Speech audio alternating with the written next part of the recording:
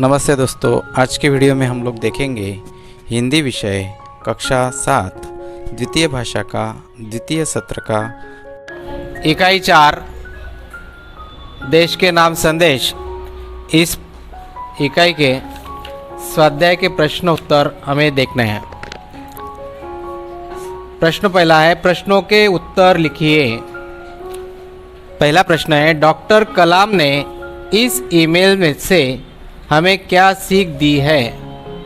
उत्तर है, डॉक्टर कलाम ने इस ईमेल से हमें सीख दी है कि हमें अपने देश की जिम्मेदारी खुद उठानी होगी, देश की व्यवस्था का सम्मान करना होगा और देश के नियम कायदों का पालन करना होगा। गंदगी फैलाने से खुद को रोकना होगा। दहेज जैसी कुप्रथाओं को समाप्त करना होगा।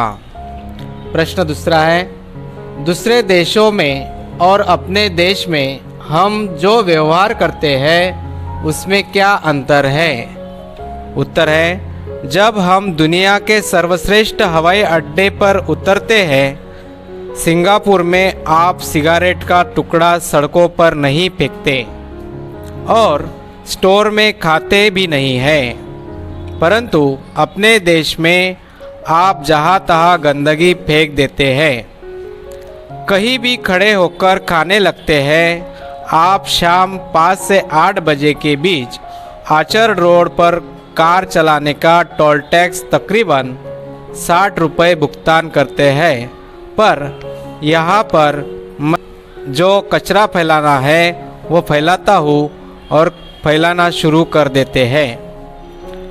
प्रश्न तीसरा है, दूसरे देशों में लोग स्वच्छता के प्रति कैसे जागरूक हैं? उत्तर है, दूसरे देश के लोग बाहर से भी इस तरह रहते हैं जैसे कि अपना घर हो। जैसे हम अपने घर को गंदा नहीं करते, जगह जगह पर पान को अपने घरों में नहीं थूकते फिरते, हम सिगारेट के टुकड़े को घर में कहीं भी नहीं फेंकते। विदेश अपने देश के नियमों का कायदों का अच्छे से मानते हैं। यही कारण है कि उनका देश साफ सुथरा पड़ा रहता है। हमारे देश के लोग कहीं भी गंदगी फैला देते हैं, जिससे देश के हर कोने में गंदगी दिखाई देती है। जब तक देश के नागरिक नियमों कायदों को सही ढंग से पालन नहीं करेंगे, तब तक देश नहीं बदलेगा। चौथा प्रश्न है, अपने देश की व्यवस्था को हम कैसे सुधार सकते हैं? उत्तर है, हम यहाँ वहाँ कहीं भी गंदगी न फेंकें। हमें देश की व्यवस्था में अपना सकारात्मक योगदान देना होगा। हमें कहीं भी कूड़ा कर्तन फैलाने की आदत को रोकना होगा। यातायात नियमों का पालन करना होगा। हमें दहेज जैसी सामाजिक कुरीतियों को अपने देश से दूर करना होगा। हमें देश को बदलने के लिए अपने अंदर की ओर झांकना होगा, ना कि किसी मिस्टर क्लीन का इंतज़ार करना होगा। इस तरह हम देश को बदल सकते हैं। प्रश्न दूसरा है, जीवन में सफाई का महत्व समझाते हुए अपने मित्र को पत्र लिखिए।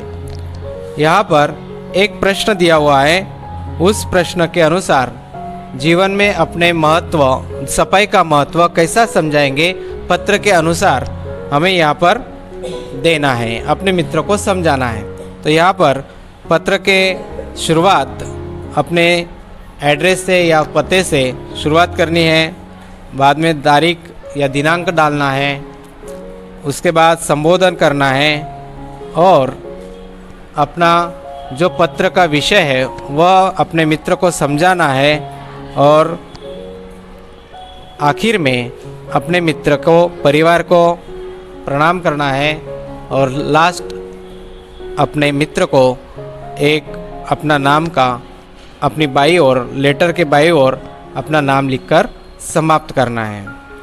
प्रश्न तीसरा है, निम्नलिखित वाक्यों के काल पहचानिए।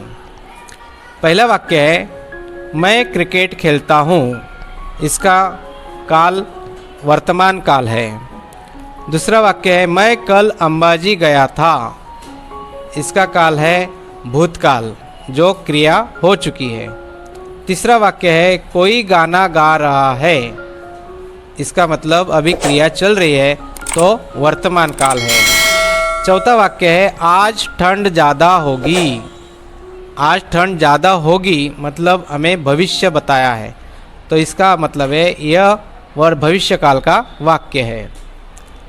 कल हम स्कूल से प्रवास जा रहे हैं, मतलब आने वाला टाइम है, आने वाला वक्त है, इसलिए यह भी भविष्य काल का वाक्य बताते हैं। छठा वाक्य है परसों कश्मीर में हिम वर्षा हुई, मतलब यह क्रिया घट चुकी है, तो यह वाक्य भूतकाल का है। प्रश्न चौथा है काल परिवर्तन कीजिए। यहाँ पर वाक्य दिया है और ब्रैकेट में हमें कौन से काल का वाक्य बनाना है वह दिया हुआ है। मैं बाजार गया, इस वाक्य का परिवर्तन भविष्य काल में करना है, तो भविष्य काल में वाक्य कैसे बनेगा, मैं बाजार जाऊंगा। दूसरा वाक्य है मंदिर में पूजा होगी, भूतकाल का वाक्य बनाना है मंदिर में पूजा हो गई। तीसरा वाक्य है शिमला में हिम वर्षा हुई, हमें इस वाक्य को परिवर्तित करना है भविष्य काल में, शिमला में हिम वर्षा होगी। चौथा वाक्य है मैंने पढ़ाई की, इसका वर्तमान में परिवर्तन करना है, मैंने पढ़ाई की मतलब हो गई, तो अभी यह मैं पढ़ाई कर रहा हूँ। इस प्रकार वर्तमान काल के वाक्य में परिवर्तन करना है। इस तरह से स्वाध्याय के सभी सवालों के जवाब हमें यहाँ पे दिखाई देते हैं।